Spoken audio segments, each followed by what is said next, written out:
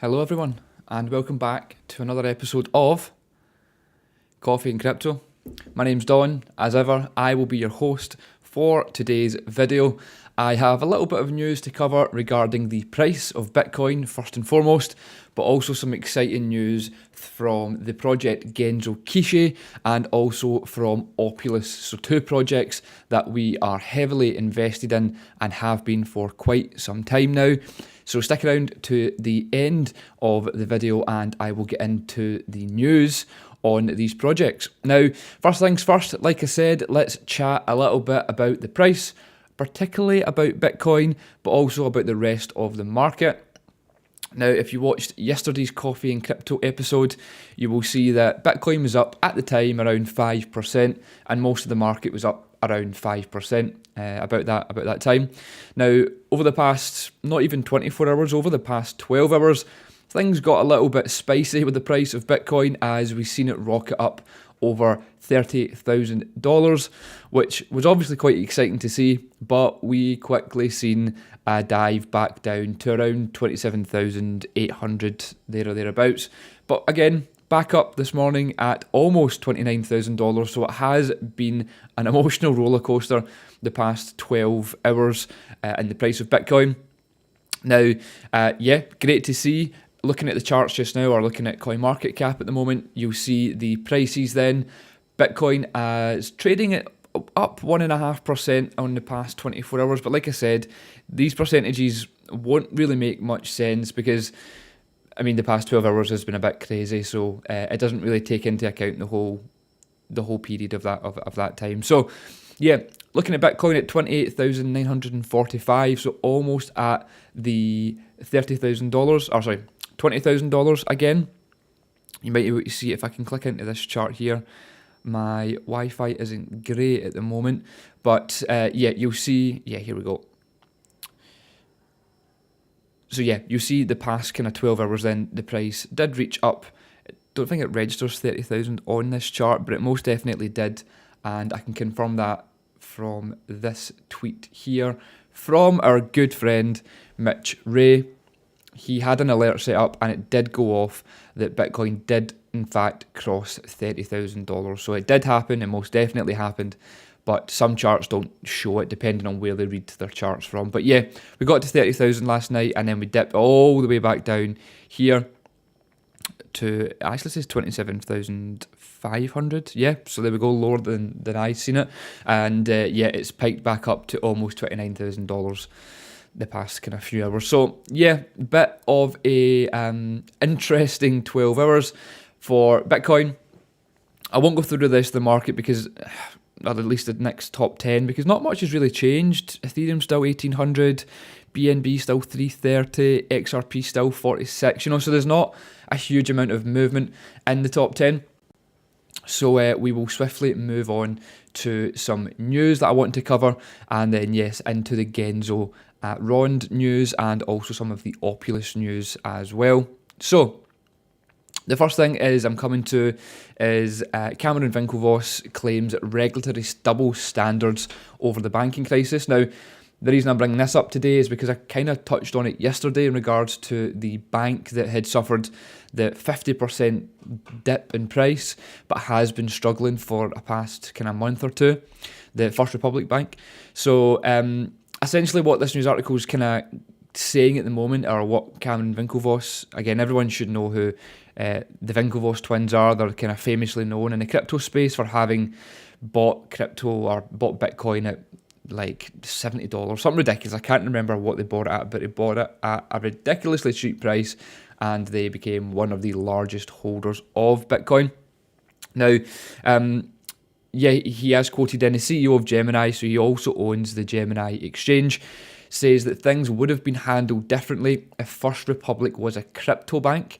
Now, you remember, if you have been watching a few of these Coffee and Crypto episodes, I spoke about a few weeks ago regarding the three banks that went down, one of them being Silicon Valley Bank, was known to be a crypto-friendly bank, and there's another two, I can't remember the names, but I'm sure they're in this article, that they went down pretty quick, pretty much overnight, and they were crypto-friendly banks, and Gary Gensler quite quite recently said that it was because of crypto that these banks went down. And essentially what this article is trying to say is it's not that at all. It's a media spin, and the banks would have survived or potentially have been helped a bit more if they weren't these crypto related banks. So anyway, let me cover what this article says, and then we'll chat a little bit more. So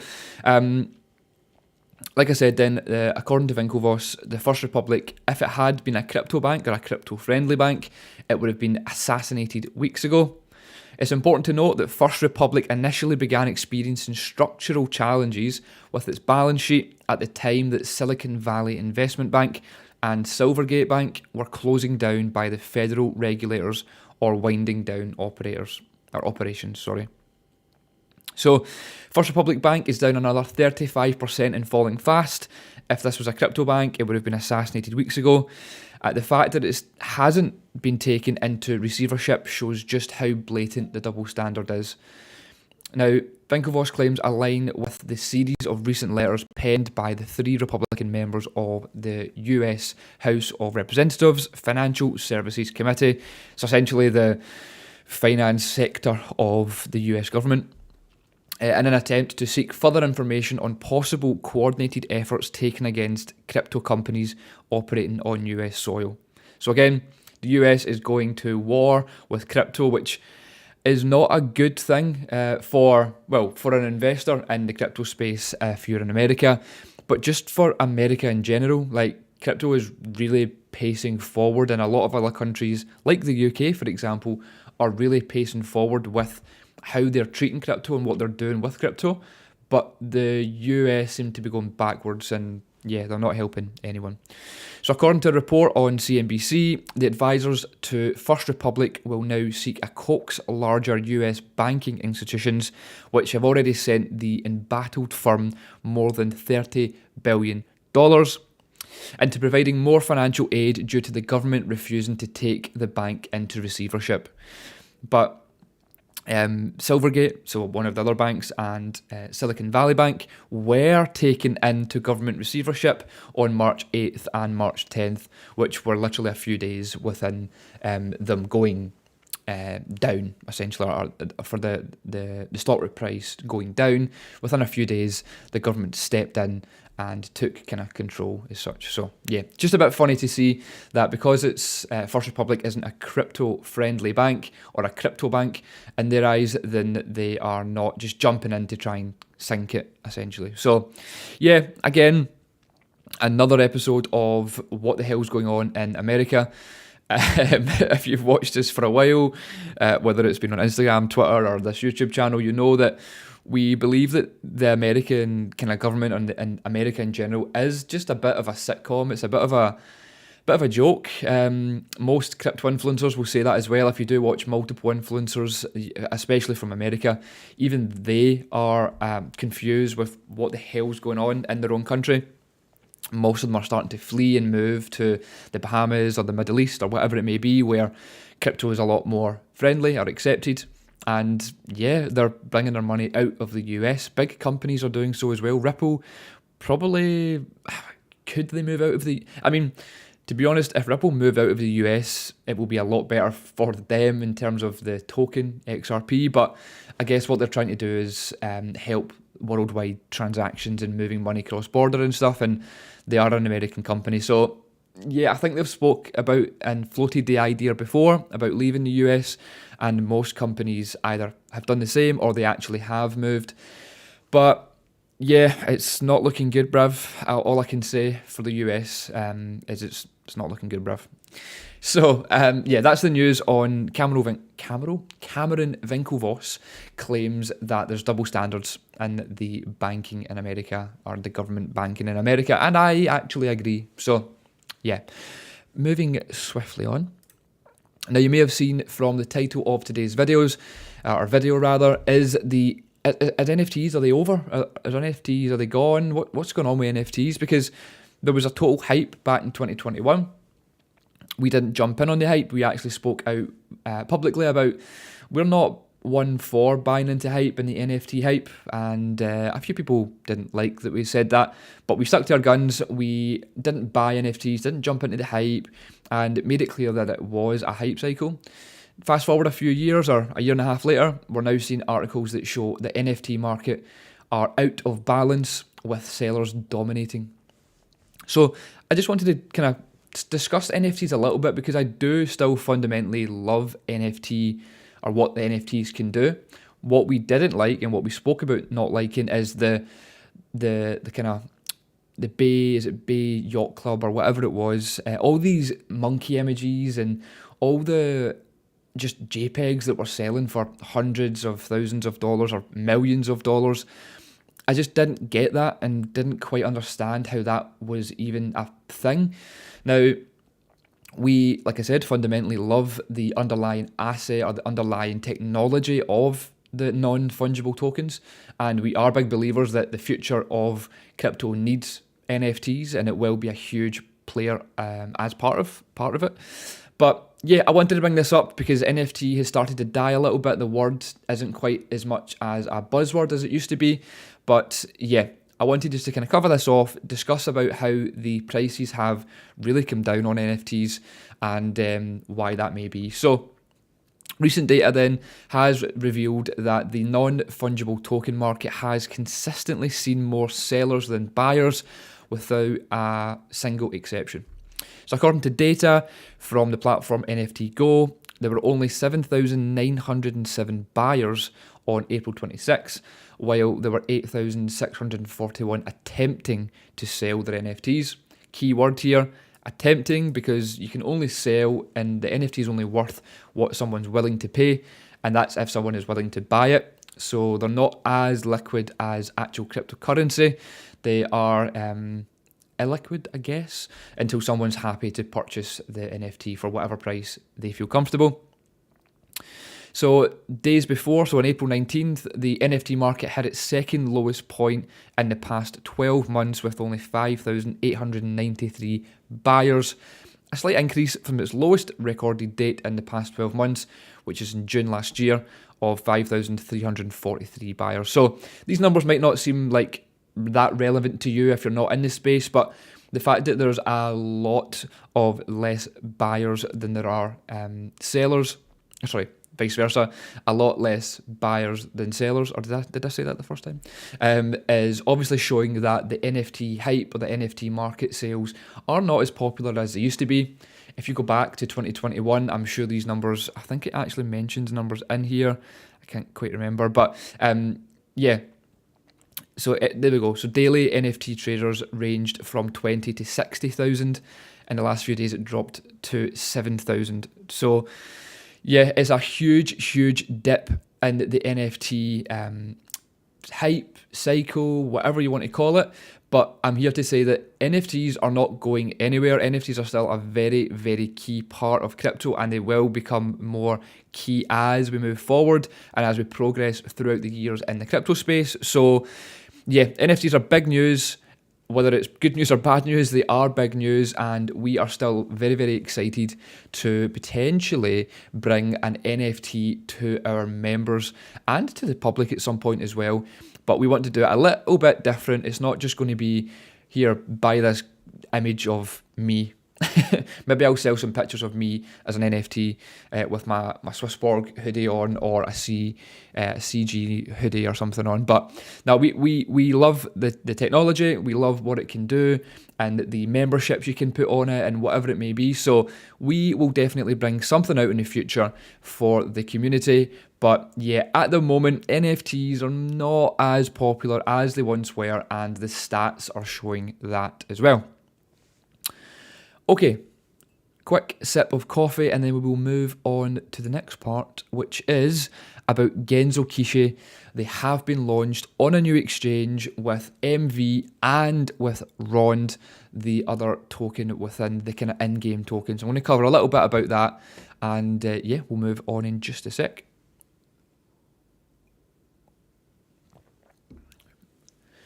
Okay, so I've got a tweet here for you. Again, apologies, my Wi-Fi is not great at the moment. Okay, so as you can see from this tweet, I actually am fluent in Japanese, so I will read this and break it down to exactly so you know what this means, because I know most of you won't be able to understand exactly what this actually says, but yeah. So essentially then at the top it's saying that GensoKishi MV, which is the main token of Genzo, has been launched on this project or this exchange called Zafe. Also ROND, so again this is just saying ROND, has been listed on the exchange. So both GensoKishi MV and then ROND, which is ticker ROND, has been... I'm joking, I can't actually read Japanese, by the way. I have I have an English version of the tweet here.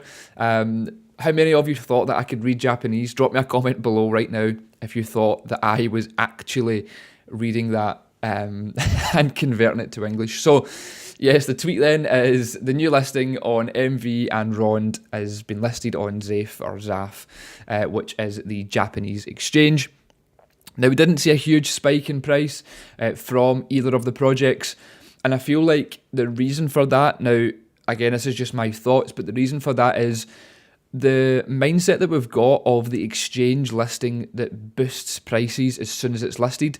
That came from the days of Coinbase back in 2020, 2021, and even earlier to that, where it was called the Coinbase effect. Now, back then, Coinbase was the main kind of exchange that everyone used, and no one else knew other platforms to use. So as soon as it got listed on Coinbase, everyone flocked to Coinbase to use it and to buy the project, hence the Coinbase effect. And there was always a bit of a buy the rumour, sell the news with the Coinbase effect as well. So we had a bit of best of both worlds, and for anyone that was in crypto around that time will know exactly what I'm talking about, where you'd see a run up in price because you'd hear some kind of things on Twitter, or someone in a Telegram group would say, oh, X project is getting launched on Coinbase Pro, that means it's going to get launched on Coinbase. Causes a little bit of hype, then it gets listed, then the news comes out and it boosts the price. So it was, called the Coinbase effect. Over the past few years, though, you haven't really seen that happen at all, really. There's been some projects, don't get me wrong, that have done it, that may have been listed. For example, Flocky done it 2 days ago or 3 days ago, I can't remember, because it got launched on Binance.us. So very, very small tokens that have already had a lot of hype and a lot of kind of market participants involved in them, that then get launched on a big platform like Binance US. That does still help a little bit of a Coinbase effect.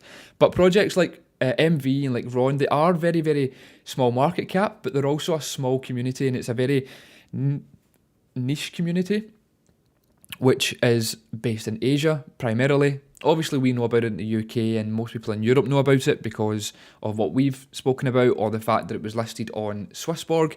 But these smaller projects don't always get the same Coinbase effect for listings, which again, I will make it clear that it may be best that you don't, if you are new, I'm speaking to anyone that is kind of fairly new, a year old or 2 years old into crypto, then don't think that because it's getting listed on an exchange that it's going to moon in price.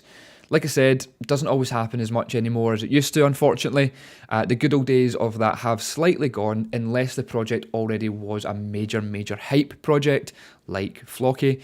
So yeah, you'll still get a bit of a buy the rumour, sell the news, and we've kind of seen that a few weeks ago with ROND, when it was first announced that the project was going to be listed, that we did see a bit of a spike in price, and with MV. But yeah, just to kind of help your mindset a little bit and help your expectations that the effects don't really matter as much as what they used to, especially in market conditions as what we've got at the moment. Maybe in a bull market, then it's a bit different, but definitely in the market conditions we're seeing now, you don't tend to see that as much. So yeah, anyway, just wanted to make that clear for anyone that was expecting a huge pump in price. I mean, to be honest, you shouldn't be bothered about pumping in price anyway, because you should be long-term investors in this, as we are. Not financial advice, you invest how you want to invest, but for us, we've made a lot of money over the few years purely basing our investment strategy as a long-term hold, and that's what we continue to do. So yeah, for MV and for ROND, we have long-term investments in them, and we have already been involved in MV for a few years anyway. But yeah, we see the future of this, and we're here for the big numbers, not the small pumps when we see listings on exchanges. Okay, and then the last part I wanted to cover then was Opulous. So again, another project close to our heart. We invested in Opulous back in January at a very low price, just before it really kicked off and started to pump in price. I think we got it at like 4 cents, and a lot of our Discord community got it also at 4 cents, which was incredible because it then ran up to 30 cents within about 4 weeks. So congratulations if you are a CG Pro member, first of all, and secondly, if you caught the Opulous price increase, which I know most of you who are watching this video did. Now, the Opulous platform then is launching very soon. It will be launched here. Get ready for April 29th. I'm just literally on their Twitter page. I haven't opened up much in terms of articles or anything because it's not like it's new news. It's not anything recent. I just wanted to make everyone aware because we are on the 27th of April now, so we are getting close. I wanted to let you know that the platform is coming very soon. So yeah, so we're excited to reveal that we will be a very special NFT Launchpad video premiere at the Opulous London event, and yeah, essentially all eyes on April 29th. So if you are an investor in Opulous, this is exciting. If you're not an investor in Opulous, it's equally as exciting because they are doing a lot in terms of building and moving forward in the space, and they have done for the past kind of few months. So yeah, big project. I'm a big fan of it, and I'm looking forward to the future of Opulous. And that is all for today's video. Thank you so much for tuning in. Again, we do this every single weekday around 9 AM, so tune in if you want to watch this video live. And if you are watching this video back on the channel, please consider subscribing to the channel if you don't already. If you're watching it live, drop me a like right now, and if you're watching it back, also drop me a like right now. Pause the video, drop me a like, and leave me a comment. Did you enjoy this video? Are you enjoying these coffee and crypto news updates and a little bit of mindset and me just talking absolute crypto at you for the next 20 minutes or whatever it may have been? Thank you so much for tuning in. Again, if you're not a CG Pro Discord community member, please consider it. We do help out thousands of people make money safely in the crypto space each and every day, and I'd love for you to join. So yeah, look in the description below, look at the pinned comment, you'll see all of our links that you need to our website to join our community. And also there's a few days left, actually there's 5 days left on the LimeWire KYC sale, so check that out. I spoke about it on yesterday's video, but check out the first link in today's description and sign up for that. Other than that, thank you so much for tuning in to another episode of Coffee and Crypto. I hope you enjoyed. I hope to see you again tomorrow morning for another episode.